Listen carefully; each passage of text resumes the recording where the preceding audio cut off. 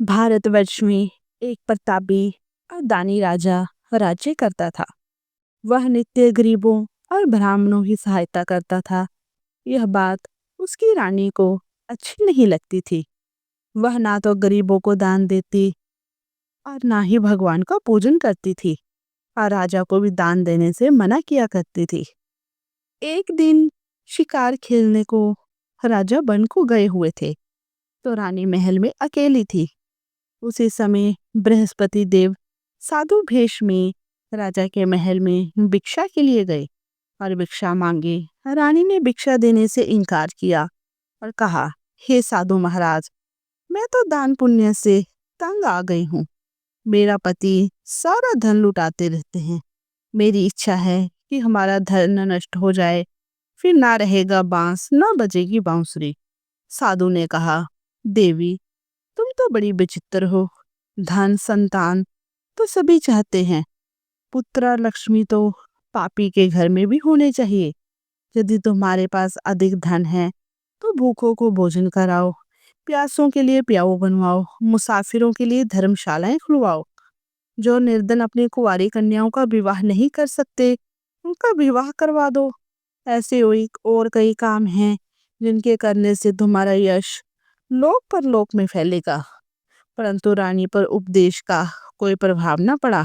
वह बोली, महाराज, आप मुझे कुछ ना समझाएं। मैं ऐसा धन नहीं चाहती जो हर जगह बांटती फिरूं। साधु ने उत्तर दिया, यदि तुम्हारी इच्छा है तो तथास्तु। तुम ऐसा करना कि बृहस्पतिवार को घर लेपकर पीली मिट्टी से अपना सिर धोकर स्नान करना, भट्टी चढ़ाकर कपड़े धोना। ऐसा करने से आपका सारा धन नष्ट हो जाएगा। इतना कहकर वह साधु महाराज वहां से आलोक हो गए। साधु के अनुसार कई बातों को पूरा करते हुए रानी को केवल 3 बृहस्पतिवार ही बीते थे कि उसकी समस्त धन संपत्ति नष्ट हो गई। भोजन के लिए राजा का परिवार तरसने लगा। तब एक दिन राजा ने रानी से बोला कि हे रानी, तुम यहीं रहो, मैं दूसरे देश को जाता हूँ, क्योंकि यहाँ पर सभी लोग मुझे जानते हैं, इसलिए मैं कोई छोटा कार्य नहीं कर सकता। ऐसा कहकर राजा परदेश चला गया। वहां वह जंगल से लकड़ी काट कर लाता और शहर में बेचता। इस तरह वह अपना जीवन व्यतीत करने लगा। इधर राजा के परदेश जाते ही रानी और दासी दुखी रहने लगी। एक बार जब रानी और दासी को 7 दिन तक बिना भोजन के रहना पड़ा, तो रानी ने अपनी दासी से कहा, हे दासी, पास ही के नगर में मेरी बहन रहती है, वह बड़ी धनवान है, तो उसके पास जा और कुछ ले आ, ताकि थोड़ी बहुत गुजर बसर हो जाए। दासी रानी की बहन के पास गई।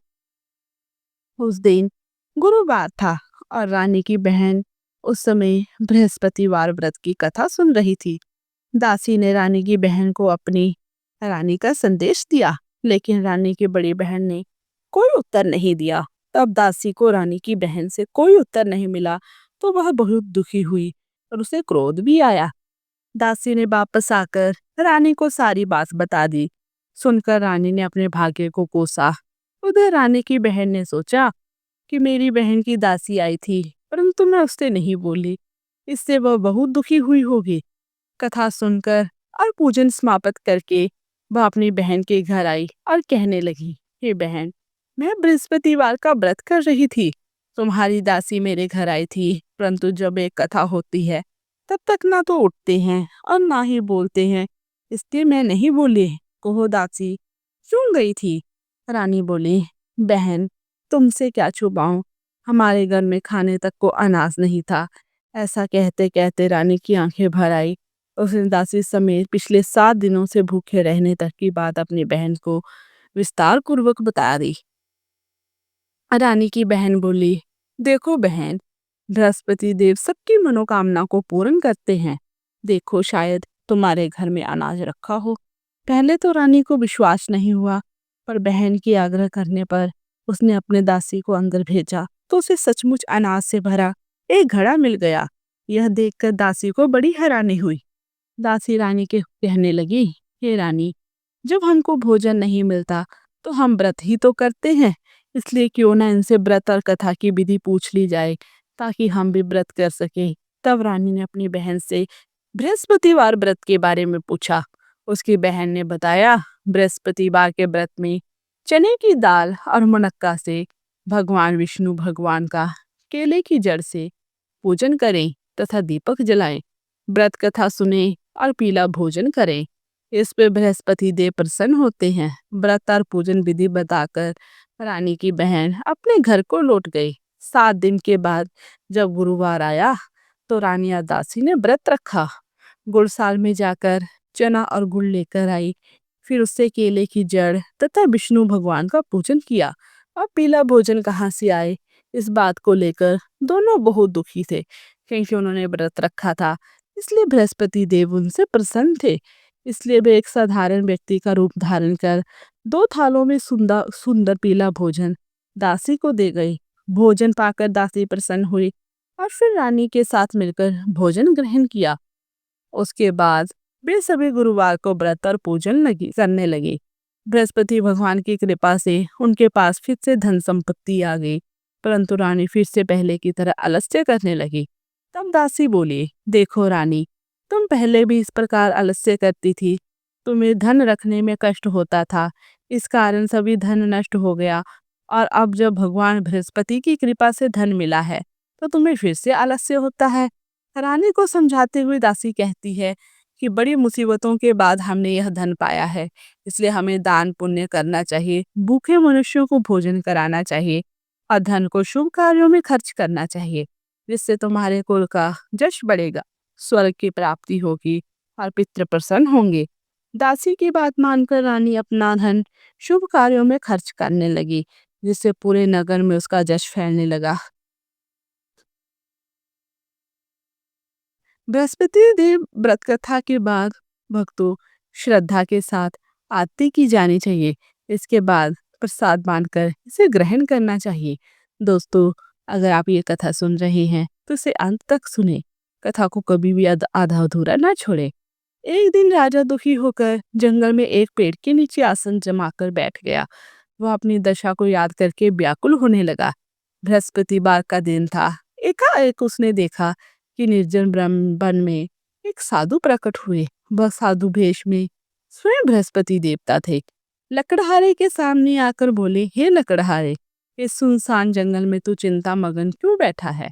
लकड़हारे ने दोनों हाथ जोड़कर प्रणाम किया और उत्तर दिया, महात्मा जी, आप सब कुछ जानते हैं, मैं क्या कहूँ। यह कहकर रोने लगा और साधु को अपनी आत्मकथा सुनाई। महात्मा जी ने कहा, तुम्हारी स्त्री ने बृहस्पति के दिन बृहस्पति भगवान का निरादर किया है, जिसके कारण रुष्ट होकर उन्होंने तुम्हारी यह दशा कर दी।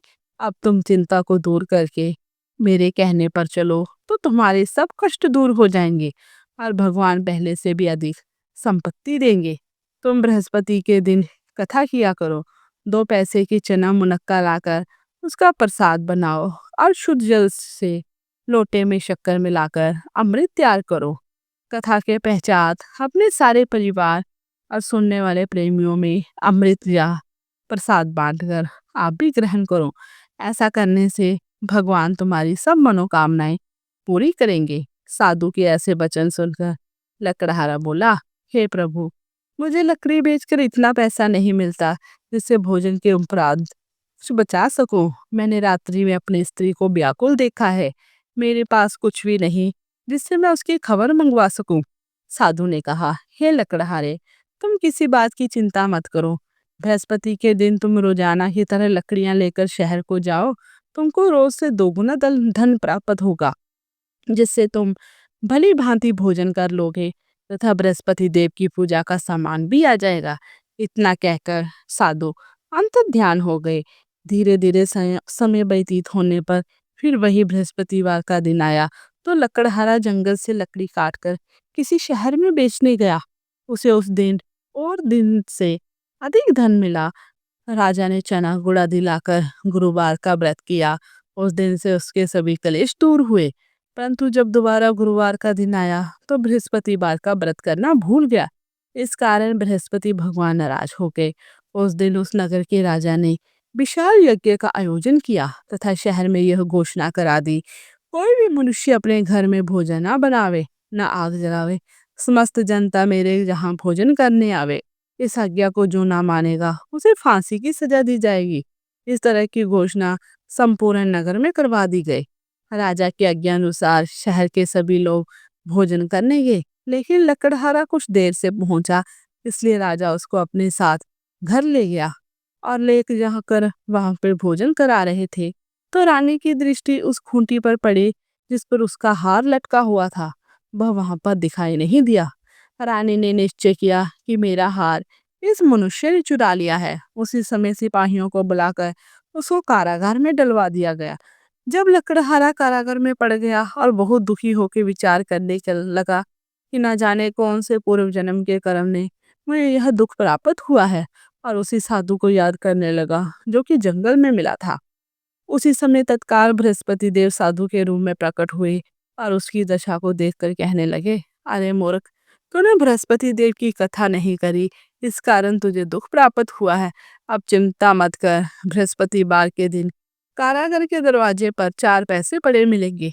उससे तो बृहस्पति देव की पूजा करना, तेरे सभी कष्ट दूर हो जाएंगे। बृहस्पति के दिन उसे 4 पैसे मिले। लकड़हारे ने कथा कही। उसी रात्रि को बृहस्पति देव ने उस नगर के राजा को स्वप्न में कहा, हे राजा, तुमने जिस आदमी को कारागार में बंद कर दिया वह निर्दोष है, वह राजा है, उसे छोड़ देना। रानी का हार उसी खूंटी पर लटका है। अगर तू ऐसा नहीं करेगा तो मैं तेरे राज्यों को नष्ट कर दूंगा। इस तरह रात्रि के स्वप्न को देखकर राजा प्रातःकाल उठा और खूंटी पर हार देखकर लकड़हारे को बुलाकर क्षमा मांगे तथा लकड़हारे को योग्य सुंदर वस्त्र आभूषण देकर विदा कर दिया। बृहस्पति देव के आज्ञा अनुसार लकड़हारा अपने नगर को चल दिया। राजा जब अपने नगर के निकट पहुंचा तो उसे बड़ा आश्चर्य हुआ। नगर में पहले से अधिक बाग, तालाब, कुएं तथा बहुत सी धर्मशाला, मंदिर आदि बन गई हैं। राजा ने पूछा, यह किसका बाग और धर्मशाला है? तब नगर के लोग कहने लगे, यह सब रानी और बांदी के हैं। तो राजा का आश्चर्य हुआ और गुस्सा भी आया। जब रानी ने यह खबर सुनी कि राजा आ रहे हैं तो उन्होंने बांदी से कहा कि हे दासी देव, राजा हमको कितनी बुरी हालत में छोड़ गए थे।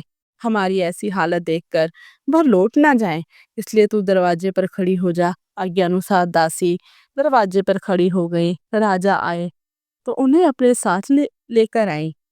तब राजा ने क्रोध करके अपनी रानी से पूछा कि यह धन तुम्हें कैसे प्राप्त हुआ? तब उन्होंने कहा, हमें यह सब धन बृहस्पति देव के व्रत के प्रभाव से प्राप्त हुआ है। राजा ने निश्चय किया कि लोग 7 रोज बाद तो सभी बृहस्पति देव का पूजन करते हैं, परंतु मैं प्रतिदिन में 3 बार कहानी और रोज व्रत किया करूंगा। अब हर समय राजा के दुपट्टे में चने की दाल बंधी रहती तथा दिन में 3 बार कहानी कहता। एक रोज राजा ने विचार किया, चलो अपनी बहन के यहाँ हो आवे। इस तरह निश्चय कर राजा घोड़े पर सवार हो अपनी बहन के यहाँ को चलने लगा। मार्ग में उसने देखा कि कुछ आदमी एक मुर्दे को लिए जा रहे हैं। उन्हें रोककर राजा कहने लगा, अरे भाइयों, मेरी बृहस्पति देव की कथा सुन लो। वे बोले, लो, हमारा तो आदमी मर गया, इसको अपनी कथा की पड़ी है। परंतु कुछ आदमी बोले, अच्छा कहो, हम तुम्हारी कथा भी सुनेंगे। राजा ने दाल निकाली और जब कथा आदि हुई तो मुर्दा हिलने लग गया, और जब कथा समाप्त हो गई तो राम राम करके मनुष्य उठकर खड़ा हो गया। आधे मार्ग में उसे एक किसान खेत में हल चलाता मिला। राजा ने उसे देखा और उससे बोला, अरे भैया, तुम मेरी बृहस्पतिवार की कथा सुन लो। किसान बोला, जब तक मैं तेरी कथा सुनूंगा तब तक 4 हरैया जोत लूंगा। जा अपनी कथा किसी और को सुनाना। इस तरह राजा आगे चलने लगा। राजा के हटते ही बैल पछाड़ खाकर गिर गए तथा किसान के पेट में बड़ी जोर से दर्द होने लगा। उस समय उसकी माँ रोटी लेकर आई। उसने जब यह देखा तो अपने पुत्र से सब हाल पूछा। बेटे ने सभी हाल कह दिया तो बुढ़िया दौड़ी दौड़ी उस घुड़सवार के पास गई और उससे बोली कि मैं तेरी कथा सुनूंगी, तो अपनी कथा मेरे खेत पर चलकर ही कहना। राजा ने बुढ़िया के खेत पर जाकर कथा कही, जिसके सुनते ही वह बैल उठ खड़ हुए और किसान के पेट का दर्द भी बंद हो गया। राजा अपनी बहन के घर पहुंचा। बहन ने भाई की खूब मेहमानी की। दूसरे रोज प्रातःकाल राजा जगा तो वह देखने लगा सब लोग भोजन कर रहे हैं। राजा ने अपनी बहन से कहा, ऐसा कोई मनुष्य है जिसने भोजन नहीं किया हो? मेरी बृहस्पतिवार की कथा सुन ले। बहन बोली, हे भैया, यह देश ऐसा ही है। कि यहाँ पर पहले लोग भोजन करते हैं, बाद में अन्य काम करते हैं। अगर कोई पड़ोस में हो तो देख आती हूँ। वह ऐसा कहकर देखने चली गई, परंतु उसे कोई भी व्यक्ति ऐसा नहीं मिला जिसने भोजन ना किया हो। अतः वह कुम्हार के घर गई जिसका लड़का बीमार था। उसे मालूम हुआ कि उसके वहां 3 रोज से किसी ने भोजन नहीं किया। रानी ने अपने भाई की कथा सुनने के लिए कुम्हार से कहा। वह तैयार हो गया। राजा ने जाकर बृहस्पतिवार की कथा कही, जिसको सुनकर उसका लड़का ठीक हो गया। अब तो राजा की प्रशंसा होने लगी। एक रोज राजा ने अपनी बहन से कहा कि हे बहन, हम अपने घर को जाएंगे, तुम भी तैयार हो जाओ। राजा की बहन ने अपनी सास से कहा। सास ने कहा, हाँ चली जा, परंतु अपने लड़कों को मत ले जाना, क्योंकि तेरे भाई की कोई औलाद नहीं है। बहन ने अपने भैया से कहा, हे भैया, मैं तो चलूंगी पर कोई बालक नहीं जाएगा। राजा बोला, जब कोई बालक नहीं चलेगा तब तुम भी क्या करोगी। बड़े दुखी मन से राजा अपने नगर को लौट आया। राजा ने अपनी रानी से कहा, हम निर्वंशी हैं, हमारा मुंह देखने का धर्म नहीं है, और कुछ भोजन आदि नहीं किया। रानी बोली, हे प्रभु, बृहस्पति देव ने हमें सब कुछ दिया है, वह हमें औलाद अवश्य देंगे। उसी रात को बृहस्पति देव ने राजा से स्वप्न में कहा, हे राजा उठ, सभी सोच त्याग दे, तेरी रानी गर्भ से है। राजा की यह बात सुनकर बड़ी खुशी हुई। 9वें महीने में उसके गर्भ से एक सुंदर पुत्र पैदा हुआ। तब राजा बोला, हे रानी, स्त्री बिना भोजन के रह सकती है, पर बिना कहे नहीं रह सकती। जब मेरी बहन आवे तो मुझसे कुछ मत कहना।